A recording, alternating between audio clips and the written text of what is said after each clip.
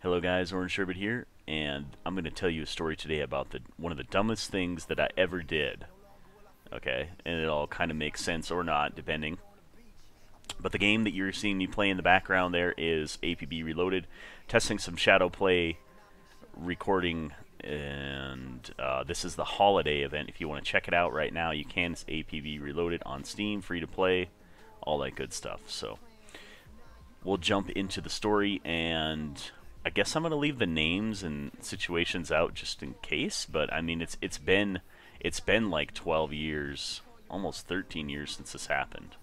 So it's 2002, and my friend from high school and I are getting together to play some video games like we like to do. Can't remember what we were playing that at that time, but we sort of had a little tradition where we'd go out and go to Wendy's every once in a while, late night, and get some food, that sort of thing. Nothing too crazy, right? Nothing too crazy.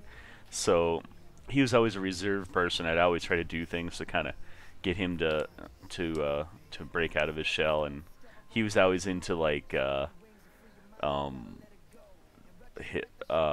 like modifying his Ford Probe and like racing and stuff like that. And I had my '86 Toyota truck, and that thing was, it was a great vehicle, but not the most maneuverable. Keep that in mind. Um, so we left his place there, and we're going to go to the bank, and he needed to get some money from the ATM real quick before we went to Wendy's. So we go there, and he's in the passenger side of my truck, and I remember saying to him, "All right, man, don't be alarmed. We might be coming in a little bit fast here." I was gonna try to like do some like cool like race car maneuvers with my truck, and the bank it's this tiny bank. There's like a really small teller office thing, and then there's like the main offices were off to the side, and there's like two or three lanes, and then the ATM on the right. On the right is because I was going in backwards because the ATM is meant for the driver's side. Well, I was pulling in the opposite way, but it was after business hours and everything, so no problem, right? No problem. Well, I came in pretty hot, and I tried to like turn into that tiny lane with my truck, which isn't the biggest truck, but not too maneuverable, and I smashed right into the ATM with the headlight, basically the passenger side headlight. um, I didn't really get to see the damage right away because we were just like, all I could see was what it did to the ATM. It kind of like it broke. There's like a plastic frame that went around it, and it took that completely off, and that was on the hood of my truck and some debris and what have you. So he was like, what? I don't know. I guess we'll try to. Since we're here, I might as well try to use the ATM. He's still focused on getting his money, so I was like, all right, sure, man, might as well since we're here. And so the ATM didn't work because I smashed into it, obviously. And he calls up the bank and tells them about it, and then they're like, okay, thanks for reporting that. Okay. And we left, and we were unsure of like what to do. We actually went and got our food.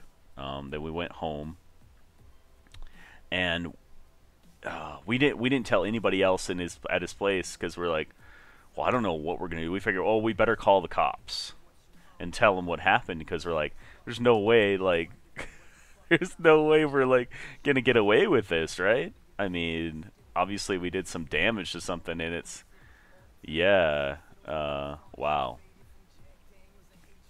Well, anyways, the sort of the end of the story is the cop came over and took our statement, and we were waiting to hear from anybody about it, waiting to hear back from the cops and the insurance companies and stuff. Nothing. So that was the end of the story. Like nothing happened. And to this day, I still don't know why they didn't pursue it any further. Um, I really don't know. But it's really stupid. It messed my truck up so bad. My truck was permanently damaged from that. I never repaired it. And Don't be an idiot when you drive. That's the lesson. I'm not proud of it, but it's a funky story because I still don't know why they never like did anything about it, man. It was just so bizarre. Such a bizarre thing to happen than to have the police and everybody just handle it so like casually. I really don't know. I don't know why they didn't pursue me for damages. That's my story, and I'm sticking to it. That's exactly what happened. But to this day, it's a story I can share with my friends and laugh about.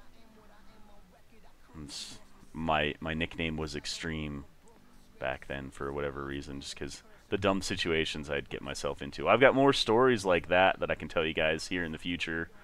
That being said, take care. Have a good rest of your evening. Bye bye.